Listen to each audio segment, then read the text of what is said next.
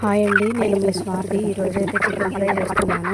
First నుంచి చేయడం మర్చిపోయాను, అందుకని మిడిల్లో నుంచి చేస్తున్నాను. అందుకోసం చికెన్ శుభ్రంగా కడిగేసి కళాయిలో ఆయిల్ వేసి అందులో చికెన్ వేసి అందులోనే కొంచెం పసుపు ఉప్పు వేసి మంచిగా మగ్గించుకోవాలి. ఇలా ఫ్రై అవ్వాలి. ఫ్రై అయిన తర్వాత ఆనియన్స్ వేసి ఆనియన్స్ కూడా ఫ్రై అయిన తర్వాత కొంచెం కారం వేయాలి. కారం వేసి బాగా ఫ్రై చేసుకోవాలి. ఆ తర్వాత కొద్దిగా అల్లం వెల్లుల్లి పేస్ట్ కూడా వేయాలి. అవన్నీ నేను తీయలేకపోయాను, సారీ అండి. ఇప్పుడు కలుపుకోవాలి. కలుపుకున్న తర్వాత ఇందులోకి కాంబినేషన్గా నేను పచ్చిపులుసు కూడా ప్రిపేర్ చేయాలనుకుంటున్నాను. అందుకోసం ఆనియన్స్ పచ్చిమిర్చి కూడా కట్ చేసి పెట్టుకున్నాను. ఇప్పుడు వేరే స్టవ్ మీద పచ్చిపులుసు కోసం గిన్నె పెట్టుకున్నాను. అందులో ఆయిల్ వేసి అందులోకి కొద్దిగా జీలకర్ర వేయాలి. జీలకర్ర వేస్తున్నాను. జీలకర్ర అయితేనే బాగుంటుందండి, మంచిగా అరుగుదల అనేది మంచిగా జరుగుతుంది. ఇప్పుడు ఇందులోకి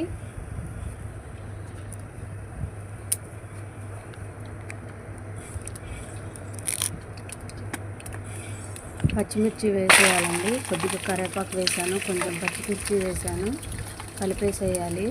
ఇవి బాగా ఫ్రై అవ్వాలండి, ఎందుకంటే పచ్చిపులుసు ఇవి బాగా ఫ్రై అయితేనే పచ్చివాసన లేకుండా ఉంటుంది. లేదనుకోండి ఆ పచ్చిమిర్చి వాసన అనేది మనం అన్నం తినేటప్పుడు తెలుస్తుంది అన్నమాట. అందుకని బాగా ఫ్రై చేస్తున్నాను.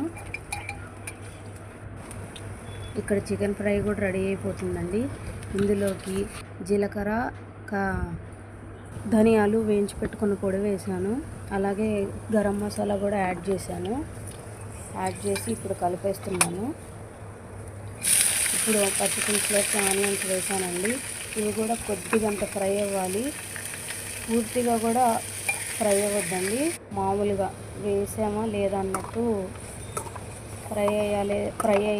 అయ్యాయా లేదా అన్నట్టు ఉండాలి. ఇప్పుడు చికెన్ ఫ్రైలోకి కరివేపాకు కూడా యాడ్ చేసి కొంచెం ఫ్రై అయిన తర్వాత గ్యాస్ ఆఫ్ చేశాను. ఇప్పుడు పచ్చిపులుసులో ఆనియన్స్లోకి కొద్దిగంత పసుపు వేసాను. వేసి ఇది పచ్చివాసన పోయేంత వరకు ఫ్రై అవ్వాలి. అవగానే ఇందులోకి చింతపండు పులుసు యాడ్ చేసుకోవాలండి.